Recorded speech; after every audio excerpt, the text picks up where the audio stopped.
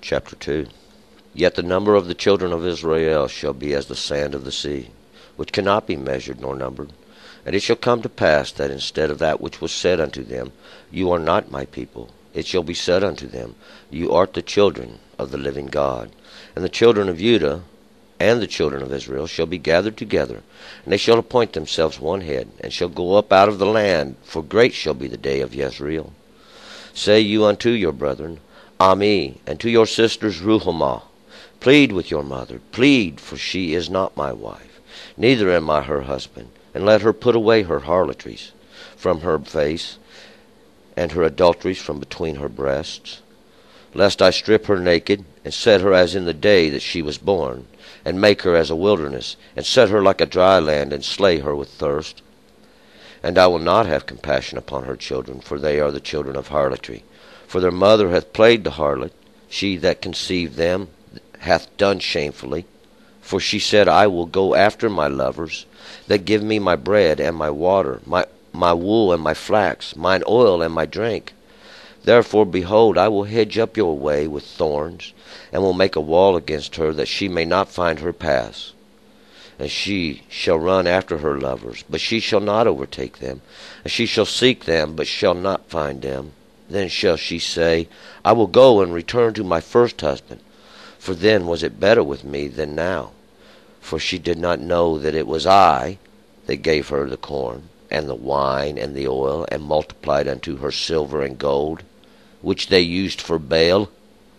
Therefore will I take back my corn in the time thereof, and my wine in the season thereof, and will snatch away my wool and my flax given to cover her nakedness. And now will I uncover her shame in the sight of her lovers, and none shall deliver her out of my hand. And I will also cause all her mirth to cease, her feast, her new moons, her Sabbaths, and all her appointed seasons. And I will lay waste her vines, and her fig trees, whereof she hath said, These are my hire, that my lovers have given me.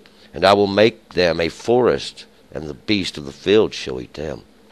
And I will visit upon her the days of the Balaam, wherein she offered unto them, and decked herself with earrings, and her jewels, and went after her lovers, and forgot me, saith the Lord.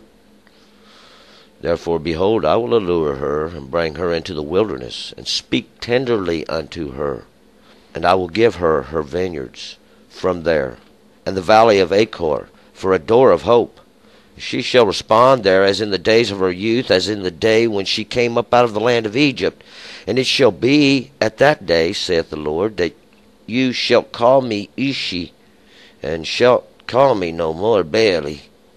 For I will take away the names of the Baalim out of her mouth, and they shall no more be mentioned by their name. And in the day will I make a covenant for them with the beast of the field, and with the fowls of the heaven, and with the creeping things of the ground. And I will break the bow and the sword and the battle out of the land, and I will make them to lie down safely. And I will betroth you unto me forever. Yes, I will betroth you unto me in righteousness, and in justice, and in loving kindness, and in compassion. And I will betroth you unto me in faithfulness, and you shall know the Lord. And it shall come to pass in that day, I will respond, saith the Lord. I will respond to the heavens, and they shall respond to the earth. And the earth shall respond to the corn, and the wine, and the oil, and they shall respond to Jezreel. And I will sow her unto me in the land, and I will have compassion upon her that had not obtained compassion. And I will say to them that were not my people, You are my people, and you shall say, You are my God. Okay, let's go back up to verse 1. Now we'll remember yesterday we started the book of Hosea. And we had started with Hosea, had taken a woman, and this woman is going to be used as an example all the way through this. Or this woman was considered a harlot, or one who has trespassed against God, who has went and seeked after these not of gods or their teachings or their worshiping practices. And we're going to continue now to use this as symbolism. She has had 3 children, 2 sons and a daughter, And the names of these children have been used as the prophecies of the end time. And we're going to find out these prophecies listed in this chapter are of the end time. And we're going to begin with verse 1. Yet the number of the children of Israel shall be as the sand of the sea, which cannot be measured nor numbered. And it shall come to pass that instead of that which was said unto them, You are not my people, it shall be said unto them, You are the children of the living God.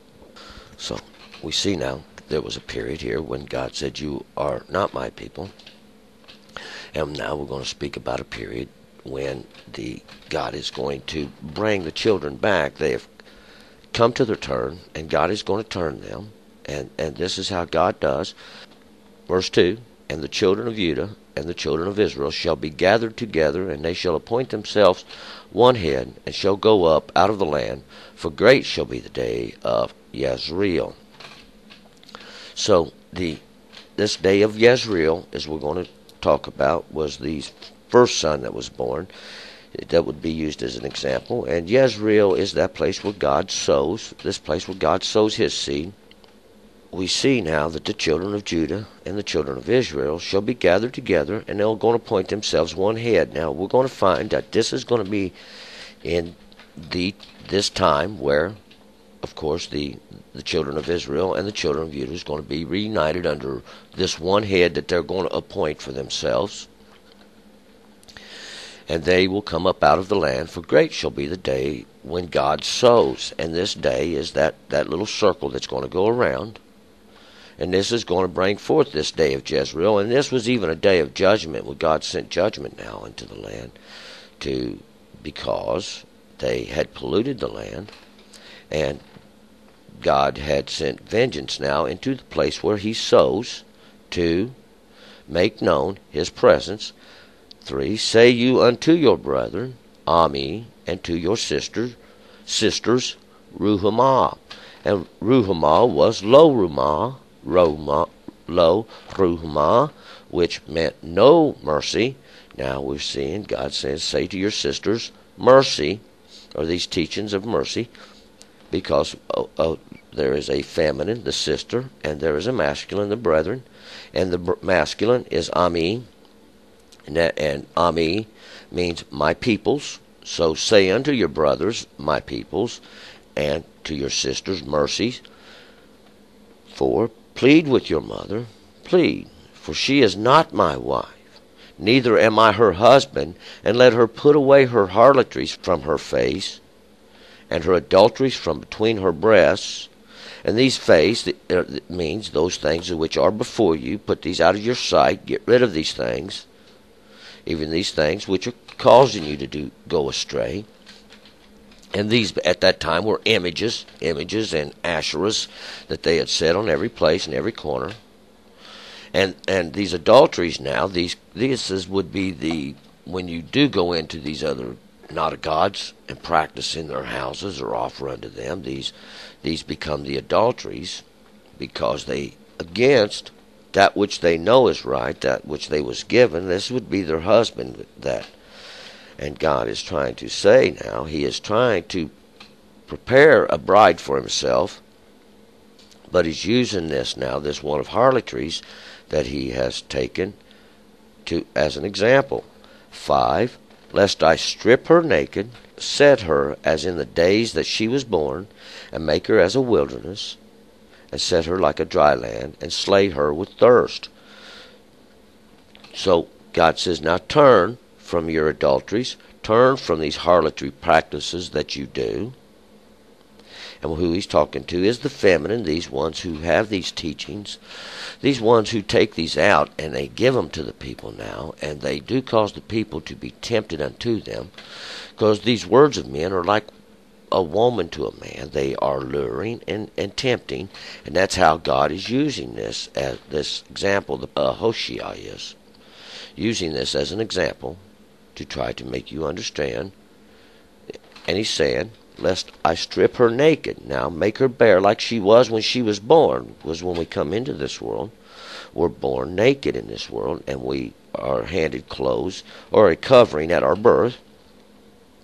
And make her as a wilderness. And this wilderness is a place where the words drive out, The wilderness is a place that is desolate, and set her like a dry land, or make her like this dry land. When you go into this teaching or go into this understanding, it'll be like a dry land, and slay her with thirst.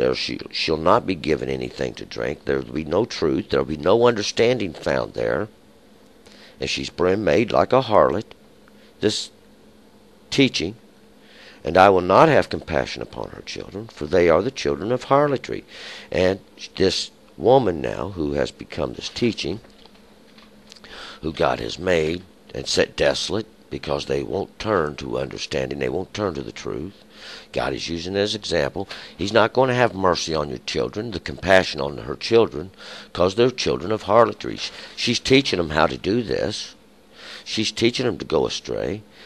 And this is going to be a later lesson by Hosea, how they do this. 7. For their mother has played the harlot. She that conceived them hath done shamefully. For she said, I will go after my lovers that give me my bread, and my water, my wool, my flax, mine oil, and my drink. So she thinks now she will go out and get herself more for herself, take unto herself. And these lovers, those that she goes out unto to sell her understanding, so to speak, as one. And we're going to find out now that she is contrary to most harlots. We'll learn this later. For she's played the part, the harlot, and this is the part of a prostitute, this understanding has, because it's went out and sold itself now for bread and water, oil, and flax and wool. And this wool and flax would be that which they make garments of to cover. And we'll find that out. It's going to say this right here in a minute. And oil, that which anoints. And drink, the wine that would make drunk. And this bread and my water. And this bread and the water is that which you're fed with. And the water, it represents this understanding. 8. Therefore, behold, I will hedge up your way with thorns, and will make a wall against her, that she shall not find her paths. So what's God done now? He says, behold, I will hedge up your way with thorns. These thorns are those who are going to trouble now in the land, and God set them there. These were the ones the children of Israel were supposed to drive out when they first come across the Jordan, but they failed to do that. And this, once again, now we're using this same example, this same teaching, this crossing of the Jordan when they come into the lands, as this understanding, these thorns were left in the land. That's what God's going to do now in the latter end even. He's going to make a wall against her. He's going to set up a wall that she can't get past this wall. She's enclosed, and she will not be able to find her path. Why? Well, there's everybody teaching something different. Everybody's got their own little understanding about what the Word of God is. No one knows the truth. Well, they all have ordained themselves and all took these papers to themselves and said, I am a teacher of God's Word. I am been learned by men now to what to teach you. And all the while, they're selling it for gold and silver, that to make themselves just drunk. And God's done this. And God's wanting you to understand, I've done this. I set this example in the world and did it today so you can understand. See, because God's coming. See, God's coming, and we don't want to find this here when God gets here. Lest he come and smite this place with a curse. 9. She shall run after her lovers, but she shall not overtake them, and she shall seek them, but she shall not find them. Then shall she say, I will go and return to my first husband, for then was it better with me than now. So now she's run out, and she's played the part of the harlot. She's went out and looked for lovers, and she could not find them. She could not find none. But she tried to go into many, and could not find none, because they have no understanding. They have nothing to offer. 10. For she did not know that it was I that gave her the corn, and the wine, and the oil, and multiplied unto her silver and gold, which they used for Baal. See, now we find out. We ain't been talking about a woman. We've been talking about the Spirit.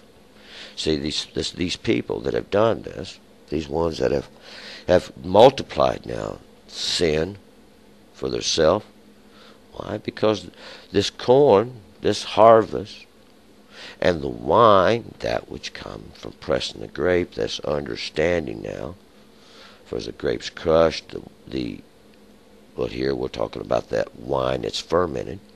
And this oil that has been the anointing oil, it's also pressed from the grape, out of the olive itself, from the tree which God gave the fruit. Now the fruit of the law, the multiplied unto her silver and gold. This silver and gold, gold is that which always belonged to God. The gold is that which we seek.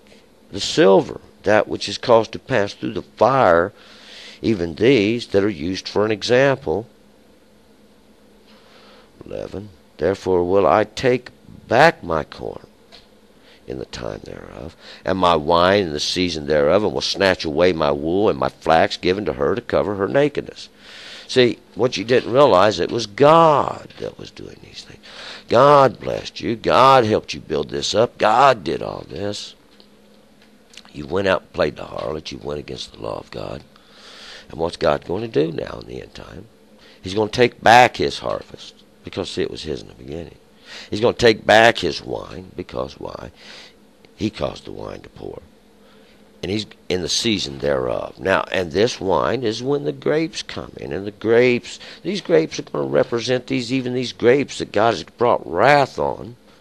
That God's going to bring wrath on these grapes, and they shall be crushed. And the sweet wine's going to pour from this. My wool and my flax, these are the coverings God gave. These are the coverings, these sheep that the wool comes from, and this flax, how it has to be cured and tended and to be made into the garment. These things were given to cover her nakedness. This is the understandings that was given to cover her nakedness. We're talking in a higher understanding, and it's kind of sometimes hard to follow these prophets, but we are speaking in a spiritual sense. It was God who caused this to cover. What? These teachings, this woman that God has sought to bring to himself, this understanding, that she might bring forth children unto him with understanding. But they didn't want this. They rejected this. They went out and played the part of a harlot. They went out and made themselves images. They went out and sought after these other things. 12. And now will I uncover her shame in the sight of her lovers, and none shall deliver her out of my hand. And these are the ones that go into her. These are the ones that go into her, this understanding. See, this is the feminine, this understanding. That what comes from man. The woman, that from man. See, and this is the teaching from man. This teaching that's going to come. 13. And I will cause her myrrh to cease, her feast, her new moons, her Sabbaths, and all her appointed seasons. These are all the things that she's made for herself. Her feast, these feasts that she throws, and what these are are just gatherings they gather together now under these new moons. These new moons, what's the moon? Is the lesser light, and it's that which ruleth the night. And these new moons are all these little teachings that come up, all her understandings, all these men, and her Sabbaths.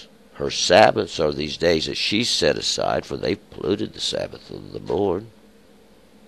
And all her appointed seasons, all these seasons that she's made for herself now. Even like Jeroboam, remember, he made a day that was similar to the day now that God had appointed Judah. See, and he set this up to stop the children of Israel from going back and worship in Jerusalem, because he thought he would lose the children of Israel and they would return back. See, this is these seasons that they make now to prohibit the return of. 14, and I will lay waste her vines and her fig trees, whereof she has said, these are my hire that my lovers have given me, and I will make them a forest, and the beast of the field shall eat them. That's what God does. See, these vines are that which she has to bring forth her fruit, these grapes. She thinks she's planted herself a vineyard, but God did this. See, God did this. Her fig trees, these fig trees, is that fruit which she thinks is acceptable. Wherefore she has, these are my hire that my lovers have given me. God's going to make them like a forest. You can't see the trees. These are not going to be a tended place now. These vines won't be tended. The fig trees won't be tended. There's no one to keep in check now, these understandings of men, because they just run off at the mouth anything they want to say, anything that would cause or lay lure in the trap, because it's a snare. God has set a snare in the earth. The beast of the field shall eat them. These beasts of the field are those that comes naturally to tear. See, those things that come naturally to tear and destroy. 15, and I will visit upon her the days of Balaam, wherein she offered unto them, and decked herself with earrings and her jewels, and went after her lovers, and forgot me, saith the Lord. And it sounds like Jezebel there to me, decking herself with these earrings and her jewels, going after her lovers, playing the part of the harlot. See, this was the example Jezebel was used for. This visit now, God's going to visit upon her the days of the Balaam, the days of these Lord images. Now, so God's going to cause now this days, these little circles of Balaam, these Lord images, to be upon her again. See, wherein that she decked herself with her earrings. She adorns herself now with these jewels, making everybody think, batting the eye, making everybody think now she is attractive. Well, it's all from money. She's done it with money, all this silver and money and all this stuff that God's blessed her by. See, but she's not considered now where she got it. 16, therefore, behold, I will allure her and bring her into the wilderness and speak tenderly unto her. So now God says, I will allure her. I'm going to lure her. See, for she has used these peaceful teachings, all this understanding now, as she polluted and used it as a lure. So God's going to lure you and bring her into the wilderness, this place where the words are going to drive out, and speak tenderly unto her. And that's what God's doing. 17, and I will give her her vineyards from there, and the valley of Achor for a door of hope. She shall respond there, as in the days of her youth, as in the day when she came up out of the land of Egypt. So we find out now, as in the day she came up out of the land of Egypt, it's this house of Israel that he brought up out of Egypt, and the whole understanding that which this is that which becomes the woman. See, as she becomes this woman, so God's going to make an example now for her, and he's going to give her her vineyards there. Where? This is the place where she's going to plant. In this valley of Achor. Achor, we remember Achor. Achor is that valley of the troubler. This valley where the troubler was destroyed. He was burnt in all his house and everything he had. Why? His name was Achan. Achan meant troubler. And if we go back, we'll find that Achan was the one who took the devoted thing from Jericho, this lesser light, this place where God sent the children of Israel to destroy when they first crossed the Jordan. He used it as an example of this, and we're right back there again, because this is going to be your door of hope when you realize that you've taken of the devoted thing, and there's a devoted thing in the midst of you.